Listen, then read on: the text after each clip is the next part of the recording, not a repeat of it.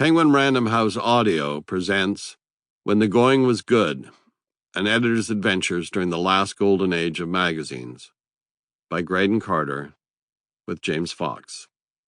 This is the author, Graydon Carter. For the centers of my existence, my extraordinary wife Anna, my 5 equally extraordinary children, Ash, Max, Spike, Braun, and Izzy, and our dachshund Charlie. Chapter 1, One Big Scoop in a Wedding, May 2005. This could so easily have been where it all ended. My wife Anna and I were on our way back to New York from the Bahamas. We'd spent 10 days at the Ocean Club on our honeymoon, and it was time to get back to work, or the coffee cup, as we say in the Carter household.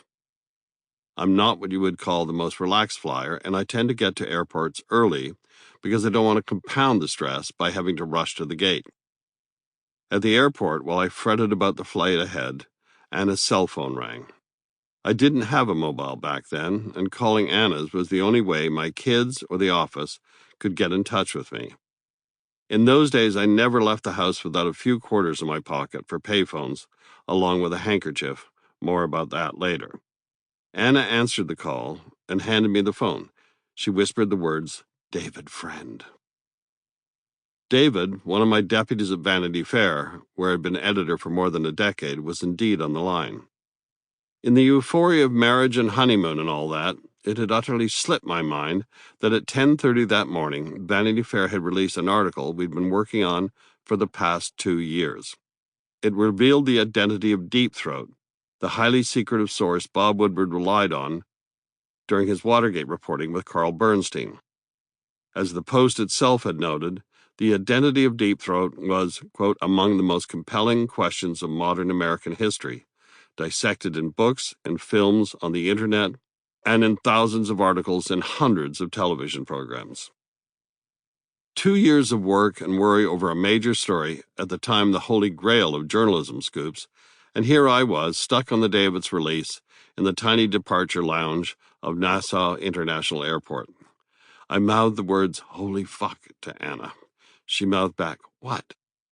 David reminded me that as we'd planned before my departure, he had called both Bob and Carl that morning at around 9:30 to tell them we were faxing them advance copies of our story naming Mark Felt, the former deputy director of the FBI, as Deep Throat. I asked what their reaction had been. David said they had thus far made no comment, but the word was trickling out, and the phone lines at Vanity Fair were already jammed. A more confident editor would probably have been elated at the news. I am not made of such vibrant stuff.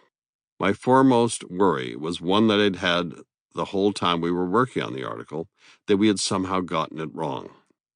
The fact of the matter was we weren't 100% sure we had the right man. A mistake of such magnitude becomes the stuff of legend and winds up in the first paragraph of your obituary. Also, this was a rough period for journalists. It was during the George W. Bush administration, and if you got something wrong, armies of righteous nitpickers on the right and the left would descend to lay waste to your career and possibly your livelihood.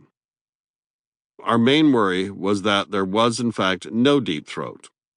That had been a journalistic device, a composite of several sources, perhaps ginned up, some even said, by Alice Mayhew, who was Woodward and Bernstein's editor at Simon & Schuster, to move the plot along in All the President's Men.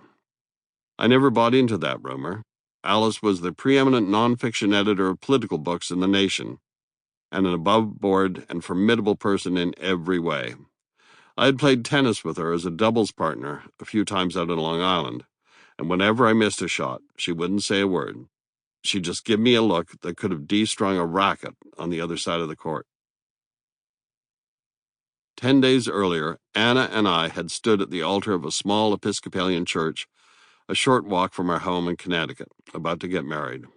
It was, as it is for so many grooms, aside from the birth of my children, one of the happiest days of my life.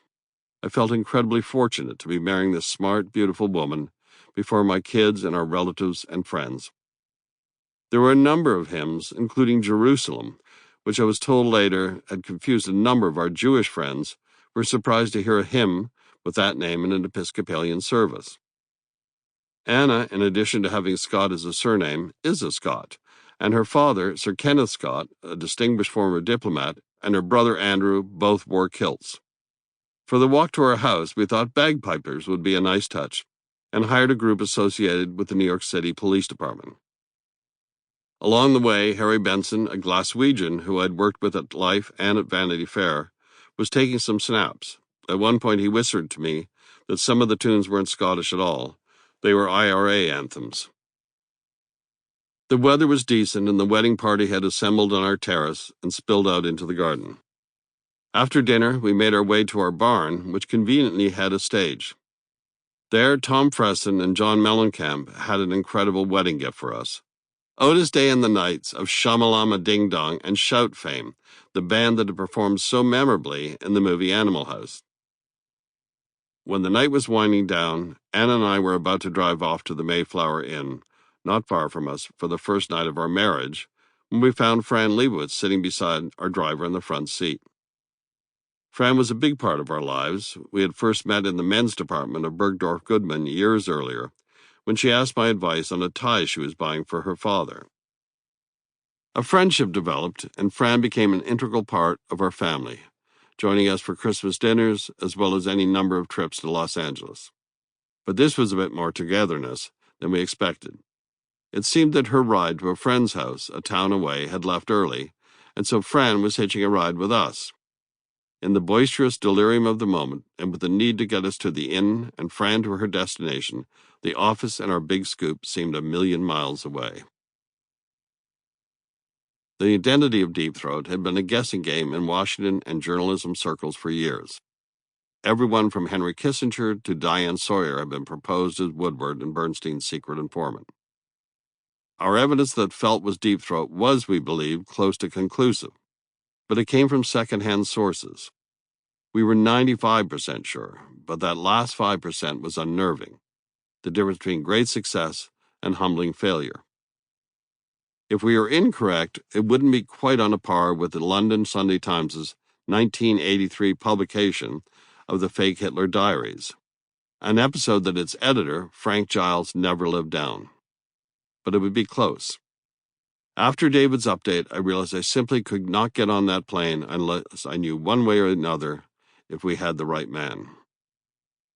The journey to this moment had begun 2 years earlier, when I got a call from John O'Connor, a San Francisco-based lawyer. He said that he represented the man who was Deep Throat, and that he and his client wanted the story to break in Vanity Fair. You get a lot of crank calls when you're an editor of a magazine, but I had a general policy of always taking the calls and looking into leads when they presented themselves. O'Connor and I talked for a time.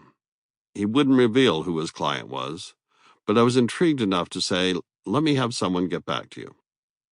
I asked David if he was free and if he could come down to my office. We had worked together at Life in the mid-1980s, and I brought him to Vanity Fair a few years after joining it myself. David had sort of an oddball role at the magazine. Unlike the other editors there, he had few fixed writers. He was listed on the masthead as editor of creative development, a title I must have given him, though I was never quite sure what it meant. I'm not sure he did either.